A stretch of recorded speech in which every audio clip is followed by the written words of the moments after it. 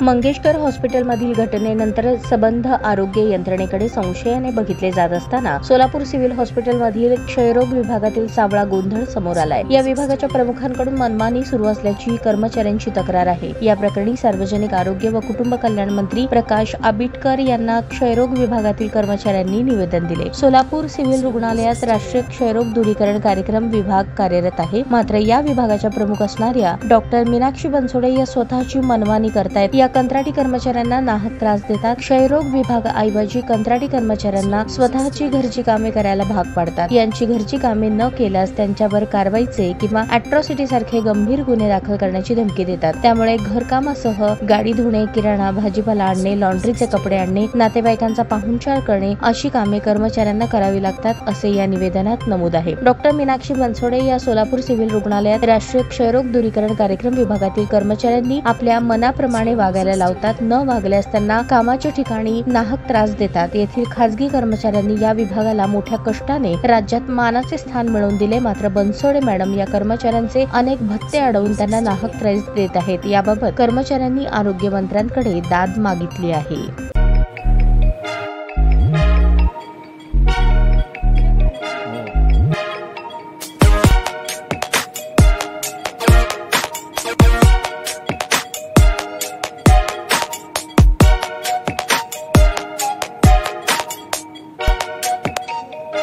सोलापूर शहरातील सुप्रसिद्ध हॉस्पिटल म्हणजे सेंट्रल मल्टी स्पेशालिटी हॉस्पिटल मागील अनेक वर्षापासून सेवा बजावत आहे। 24 तास इमर्जन्सी सर्व्हिस, मॉडर्न टेक्नॉलॉजी, अनुभवी डॉक्टर्स तसेच अत्याधुनिक तंत्रज्ञान सुविधांनी सुसज्ज स्त्रीरोग, प्रसूती विभाग, ऑर्थोपेडिक विभाग, मेडिकल विभाग आणि इतर एकमेव नाव म्हणजे सेंट्रल मल्टी स्पेशालिटी हॉस्पिटल। पत्ता गणेशपेठ शॉपिंग सेंटर, मंगळवार बाजार, सोलापूर।